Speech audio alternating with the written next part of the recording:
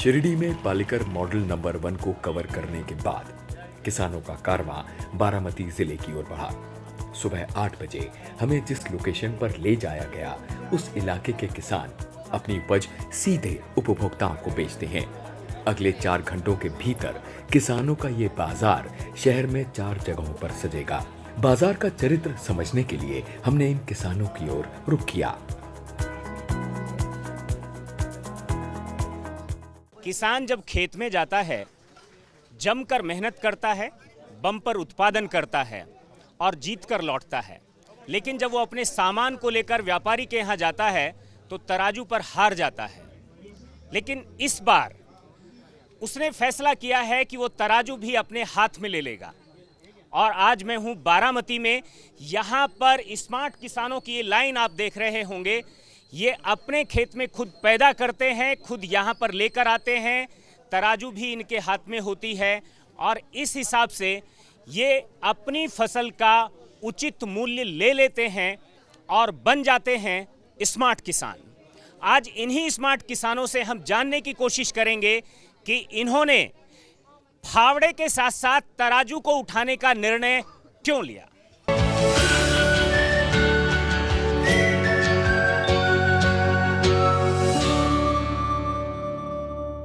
यही किसान हैं। पहले ये अपने खेत में उगाते थे और बाजार में लेकर जाते थे, व्यापारी को बेचते थे, तब क्या कमाते थे। और अब ये अपना सामान उगाते भी हैं, तराजू भी खुद की है, सामान भी खुद का है। अब अंतर क्या है, समझते हैं किसान से। मैं पिछले 2016 से सुभाष पालेकर नेचुरल फार्मिंग करता है। तो शुरू में हमने हमारे जो मंडी रहती थी उसमें हम लेके जाते तो इसके इतना भाव नहीं मिलता था, वो बहुत कम मिलता था, 30 रुपये 40 रुपये किलो। तो अभी गुड़ मैं यहाँ लेके आता हूँ तो मेरे को ये गुड़ की कीमत अभी 70 से 80 रुपये तक मिल जाती है। मतलब कम से कम आधी कीमत जो है वो बाजार में ही खप जा रही थी और अब उसका ही उसी गुड़ का कीमत, उसी उत्पाद का कीमत, चीकू है, बाकी चीज़ें हैं, 2 गुना, मतलब डबलिंग इनकम जो है वो अपने आप हो जाती है जब किसान खुद से बेचना शुरू करता है। सुनते हैं कुछ और किसानों के अनुभव। ये जो है एसपीएनएफ से बहुत साल से कर रहे हैं, नैसर्गिक तरीके से, प्राकृतिक तरीके से। और ये इन्होंने मार्केट में इनको कम रेट मिलता है, लेकिन जब भी जो इंसान एसपीएनएफ जानता है वो इसको उनका दाम दुगना इनको दाम मिलता है। इस बाजार की सबसे बड़ी खासियत किसान और कंज्यूमर के बीच बना भरोसे का रिश्ता है। समय के साथ दोनों के बीच एक स्वाभाविक एमएसपी भी तय हो जाती है।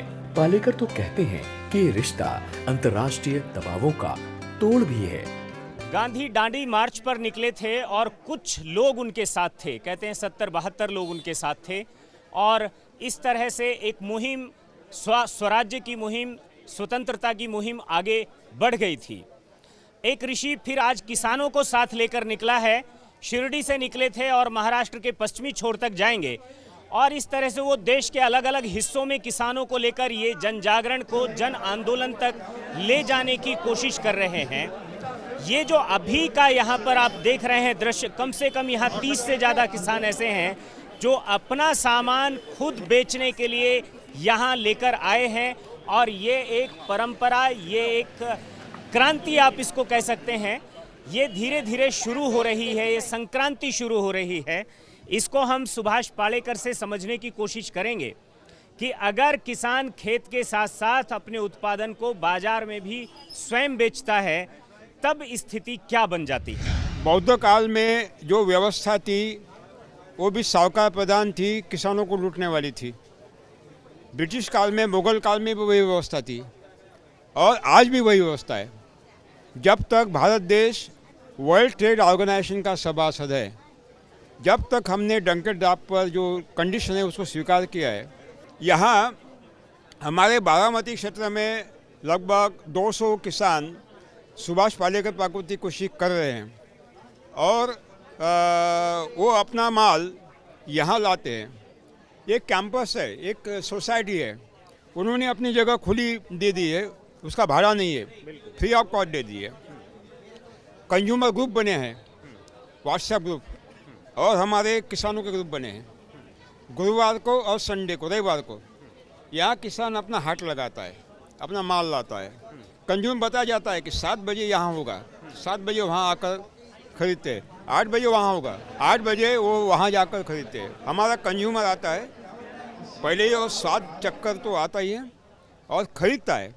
दाम तय होते हैं, मार्केट में जो दाम है उससे 10-20% ज़्यादा लेते हैं, ज़्यादा नहीं लेते, क्योंकि ये बहुत आवश्यक है। अगर ये कीमत नहीं रखते तो उसको मिट्टी मोल होता है और ख़रीदने के बाद निकल जाते हैं। बाज़ार में 30 रुपये होगा तो भी 60 रुपये, 100 रुपये होगा तो भी 60 रुपये, तो दोनों आश्वस्त हो गए। तो इससे क्या हो गया कि बहुत बड़ा एक बदलाव आ गया।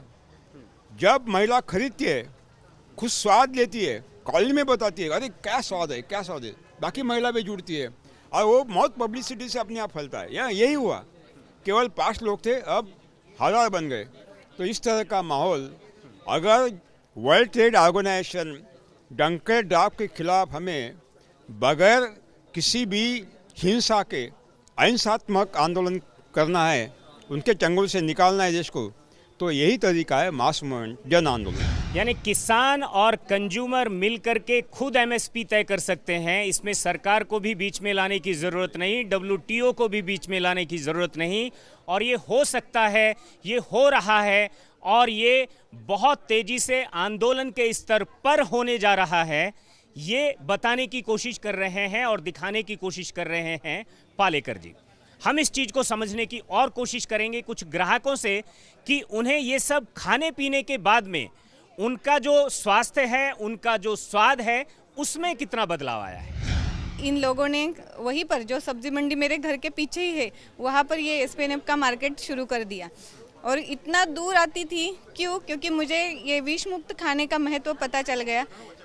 शुरू से ही हम सबको पता होता है, लेकिन कोई एक होना चाहिए मार्गदर्शन करने वाला कि अरे तुम ये जो खा रहे हो अन्न नहीं है, वो जहर है। तो ये बात मुझे पाकर गुरुजी से और उनके जो भी अनुयायी है उनसे पता चली कि अरे ऐसा फार्मिंग होता है और जहर मुक्त खाना खाना चाहिए। तब से लेकर के आज तक मैं यही खाती हूँ और खाने के बाद मतलब ले जाने के बाद से इसका टेस्ट और उसकी क्वालिटी ये सब में बहुत बहुत फ़र्क है। तो बहुत सेटिस्फाई हूँ। अगर 5-10 रुपये ज़्यादा भी देना पड़े तो भी मुझे कुछ दुख नहीं होता, क्योंकि डॉक्टर को देने से अच्छा है हमारे किसान को जाए। मैं भी किसान की बेटी हूँ, तो ऑब्वियसली मुझे किसान के प्रति लगाव है, प्रेम है, आदर है। तो सब किसान लोगों को ये फ़ायदा हो, यही मैं चाहती हूँ। मैं हमेशा SPNF के वेजिटेबल्स, फ्रूट्स लेता हूँ, क्योंकि इसका स्वाद एकदम अप्रतिम है और हमें अच्छा लगता है। और जो पहले रासायनिक का खाते थे उसमें से एसिडिटी, थोड़ी सी जलन, पचने में आसानी होती थी। अभी SPNF का जो है ये एकदम नेचुरल है, कुदरती है और इसमें कुछ भी कीटनाशक छिड़कते नहीं है, इसलिए इसका स्वाद जैसे कि वैसा नेचुरली बरकरार रहता है। रेट का कुछ नहीं है, लेकिन टेस्ट अच्छा मिलता है ना, मतलब खाने के लिए अच्छा है। दवा खाने में तो पैसा देते ही है ना, केमिकल का खाते हैं तो उधर पैसा देते हैं। अगर ये अच्छा खाएंगे तो वो पैसा बचेगा ना, इधर ज़्यादा भी जाता तो चलता है। और बच्चों को फ्रूट वगैरह पसंद आते हैं मेरे, मतलब टेस्ट अलग लगता है। वो बोलते मम्मी ये अलग लगते, नेचुरल टेस्ट आता है ना सबका।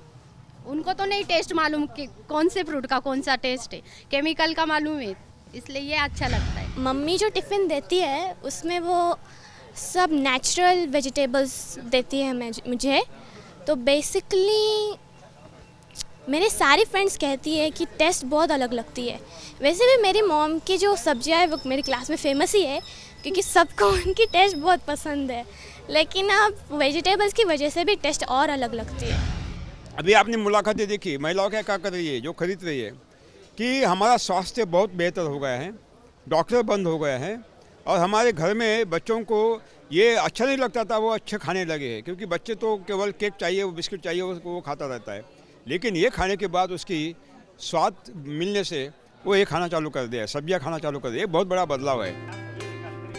बाजार एक जगह से उठती है और किसान अपना सामान समेट कर चल पड़ते हैं दूसरे पॉइंट की ओर, अपनी उपज अपने हाथों से बेचने का संतोष साथ लिए। हमारे पास ना 108 प्रकार के बीज है, उसको हम देसी बीज ये रखते हैं हम हमारे पास, उसको हम परंपरागत उसको रखा है हमारे पास। बहुत लोग खरीदते हैं हमारे घर पर भी आते हैं लोग खरीदने के लिए, और ऑनलाइन हम ऑर्डर भी करते हैं।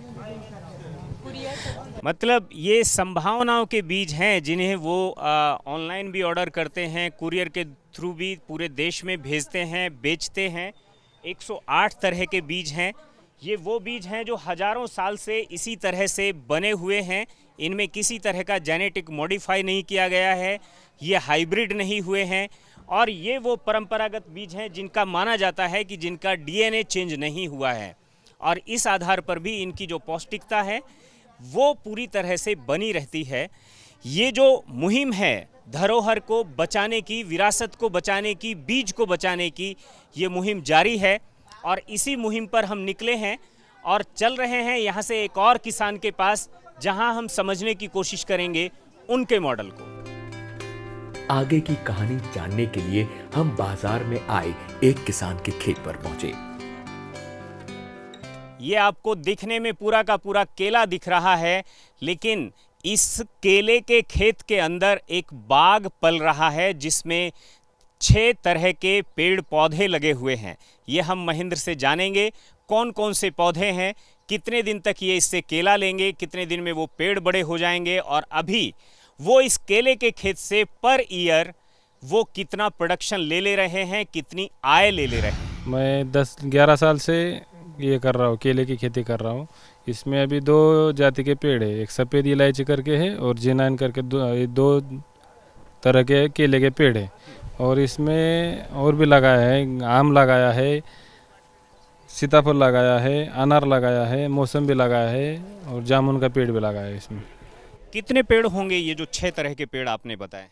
आम 40 पेड़ है, जामुन के 7 पेड़ है, सीताफल के 80 पेड़ है, नींबू के पेड़ 40 है, और मौसम्बी के 40 है। अभी हमें इसमें बाकी कुछ नहीं दिख रहा है, जो दिख रहा है सिर्फ केला ही केला दिख रहा है। इसका मतलब फल देने वाला अगर कोई पेड़ है तो केला है? हाँ, अभी तो केला है, अभी केला है, लेकिन 10-11 साल के बाद आपको केला कम दिखेगा और बाकी का सब पेड़ ऊपर आएगा, बाकी का सब चालू हो जाएगा। यहाँ पे आप देख सकते हैं, ये अभी हमने नींबू का पेड़ लगाया है। ये नींबू का पेड़ हो गया 1.5 साल हो लगा के। ये पूरे 1.5 एकड़ में 40 नींबू लगाए हैं। ये 1.5-2 साल के बाद ये चालू हो जाएगा। ये इधर अनार लगाया, अनार के 12 पेड़ है, अनार भी अगले साल चालू हो जाएगा। इसको 1.5 साल हो गया लगा के। यहाँ पे आम का पेड़ भी लगाया है, आम का 40 पेड़ लगाया है, 1.5 साल हो गया, अभी 2 साल में चालू हो जाएगा आम का पेड़। ये पूरे 1.5 एकड़ में 40 लगाया आम के पेड़। और आगे देख सकते हैं आप, ये अमरूद का पेड़ है, अमरूद भी है, 18 पेड़ है अमरूद के, ये अगले साल चालू हो जाएगा। और ये देख सकते हैं जामुन का पेड़ है, यहाँ ये जामुन का पेड़ भी लगाया, 7 पेड़ है जामुन के, ये अगले 1-1.5 साल में चालू हो जाएंगे। शादी होने के बाद लगा था इसे, वो ये बहुत खेती कर रहे हैं, फिर ऐसे लोग आते थे बोलते थे बहुत अच्छा है ये सब, तब लगा अभी सेट है, अभी अच्छा लग रहा है, खेती कर रहे हैं, पर आसपास में जरा ना हो रहा है ना, ऐसे अब अच्छा लगता है, अब नहीं कुछ और लगता, पहले लगता था। यहाँ हम केले का चिवड़ा बनाते हैं, चिप्स बनाते हैं, केले का पीठ बनाते हैं, फिर गुड़ के चिक्के बनाते हैं, वो सब हम ही करते हैं। मतलब ये पैकिंग वगैरह ये सब हम ही करते हैं, पीठ भी हम ही करते हैं सब। कितना कमा लेते हैं एक साल में? एक साल में 1.5 एकड़ में 14 से 15 लाख के करीब तक कमाता हूँ। उसमें मैं केला बेचता हूँ, केले का आटा बेचता हूँ, केले का चिप्स बनाता हूँ, केले का चिवड़ा भी बनाता हूँ। ये सब बना के प्रोडक्शन करके मैं बेचता हूँ, तभी मेरे को इतना मिलता है। आप समझ सकते हैं, सिर्फ केला नहीं बेचते हैं, केले से आटा भी बना देते हैं, चिप्स भी बना देते हैं, चिवड़ा भी बना देते हैं, और मात्र 1.5 एकड़ में खड़ा हुआ जो ये केला है, इस केले से 14 से 15 लाख रुपया हर साल ले लेते हैं। ये तो सिर्फ केले से है। अभी आप देखिए, जब मौसमी भी आएगी, नींबू भी आएगा, जब बाकी सीताफल भी आएगा, आम भी आएगा, और भी जो उन्होंने 6 कुल मिलाकर के फलदार पेड़ लगाए हैं, जब ये सब आएंगे और ये सब जब फलेंगे, तो वास्तव में जो ये महेंद्र हैं, ये उसके बाद महेंद्र बाहुबली भी आप इन्हें कह सकते हैं। यहाँ हर कोई अपने मार्गदर्शक के प्रति कृतज्ञ था। हम सारे एग्रीकल्चर में इतना इंटरेस्ट रखते हैं, और हमने बड़ौदा के पास सोखड़ा में जब सुभाष पालेकर जी की शिविर हुई थी तो हम सब ने अटेंड भी किया था वहाँ, और वहीं से हमने अपने फार्म पे आम का सारा SPNF से कर रहे हैं। तो 400 कलम लगाई है आम की। आज हम देखने आए थे कि केले में कैसे है, तो आम के साथ केला भी हो सकता है। गुरुजी ने आगे भी बताया था इसका जीवामृत, घन अमृत और सारे से उसके लिए क्या क्या ये दवाइयाँ लगानी होती है, वो सारा नॉलेज हमको शिविर में दिया था। आज ये खेतर भी हमने देखा, बहुत अच्छा लगा, और हम भी चाहेंगे कि हम भी थोड़ा हमारा पोर्शन इसमें बनाना में कन्वर्ट कर सके। काफ़ी सारी सब्जी लगाई थी, उसमें लौकी भी लगाई थी।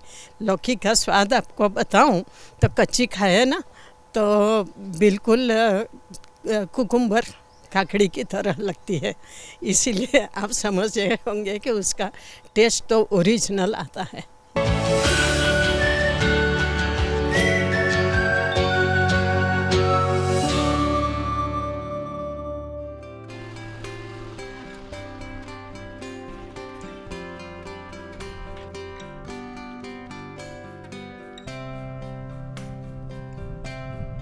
ये दक्षिण का पठार है, ये पूना जिला है।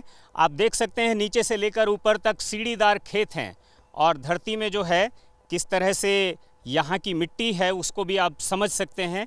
लेकिन यहाँ पर जो किसान हैं उसके बाद भी इस मिट्टी में किस तरह से वो खेती करते हैं, किस तरह से यहाँ पानी का संधान करते हैं, किस तरह से पानी रोक करके यहाँ फसलों को देते हैं और अच्छा उत्पादन लेते हैं और इन्हें केसर की क्यारी बना देते हैं।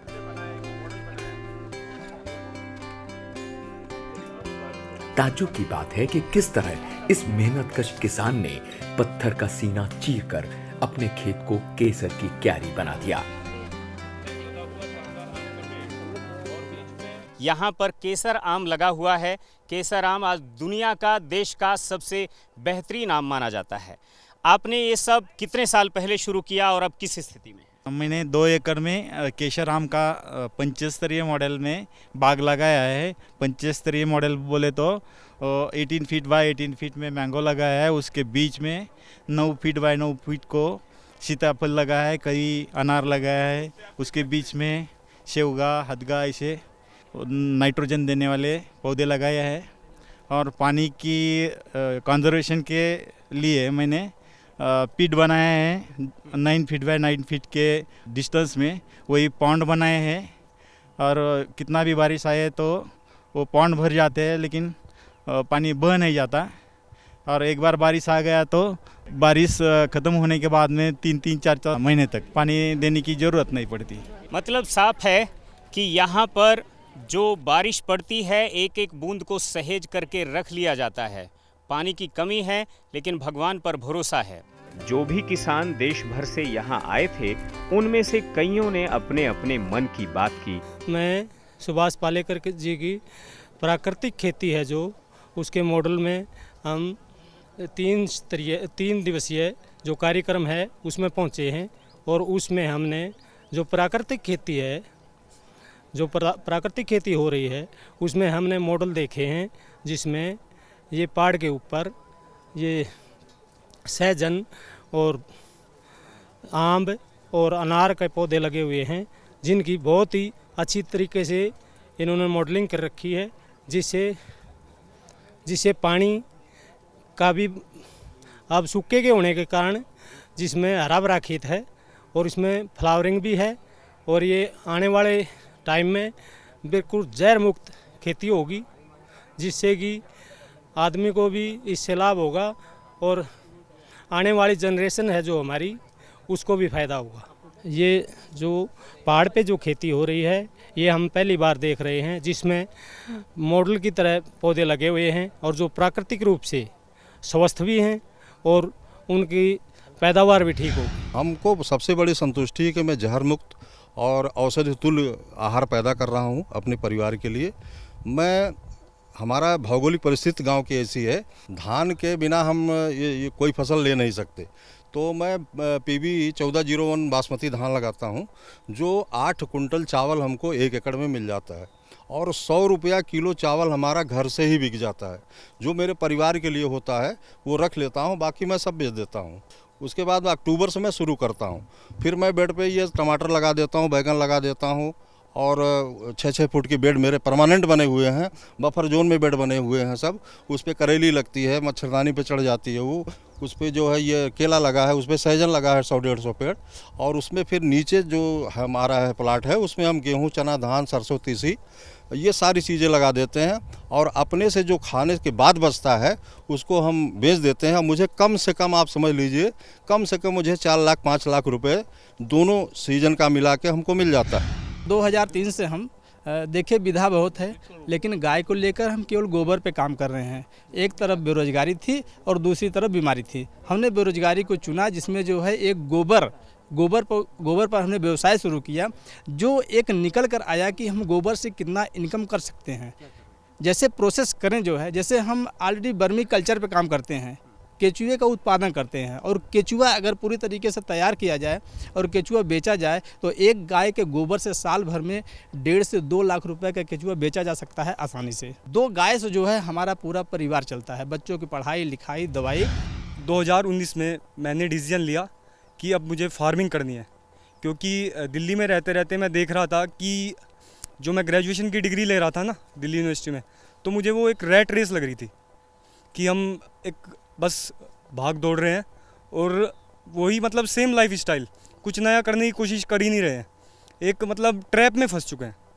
तो फिर मैंने ये डिसीजन लिया, क्योंकि मेरे फादर तो पहले से ही नेचुरल फार्मिंग कर रहे थे, तो मुझे वो अच्छा लगता था। वहाँ सब कुछ मैंने देखा था। 2017 में से उन्होंने स्टार्टिंग की थी एक फूड फॉरेस्ट की, जिसमें लगभग आज की डेट में लगभग 20 to 25 वैरायटीज़ फ्रूट्स की हैं। देसी सीड्स पे काम करते हैं, एयर लेयरिंग पे काम करते हैं, और बहुत सारी चीज़ों पे हम वहाँ पे काम करते हैं। मतलब मैं ये कहूँगा कि डिफरेंट वैरायटीज़ जो इंडिया में प्रोड्यूस होती हैं अलग अलग एरिया में, हम उन सबको अलग अलग जगह से ले जाकर वहाँ पे लगाते हैं। और आज के दौरान में सब लोग हाइब्रिड के पीछे भाग रहे हैं, जिसका टाइम पीरियड तो बहुत कम है प्रोडक्शन देने का, लेकिन क्वालिटी कुछ भी नहीं है। जो न्यूट्रिशन हमारे खाने से गायब हो रहे हैं, उसका एक मेन रीज़न हाइब्रिड सीड्स हैं। अभी जो हमारे कंज्यूमर हैं, हमें वो ये कहते हैं कि जब से आपका राइस नहीं आ रहा है, जब से आपका उड़द नहीं आ रहा है, तो हमने राइस खाना, उड़द खाना छोड़ दिया है। तो ये नेचुरल फार्मिंग की एक तारीफ है। तो इस तरह परस्पर विमर्श से पालेकर मॉडल 2 को समझने का हमारा काम पूरा हुआ।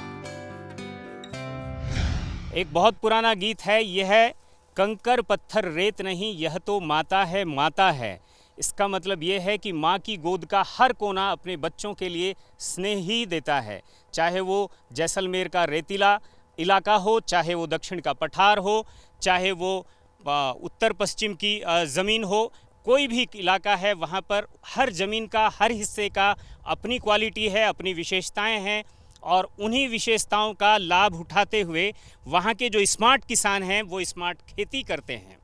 अगर आपने भी अपनी ज़मीन पर कोई स्मार्ट मॉडल खड़ा किया है तो आप हमें ज़रूर बताइए, हम आएंगे और दुनिया को दिखाएंगे आपकी स्मार्ट खेती।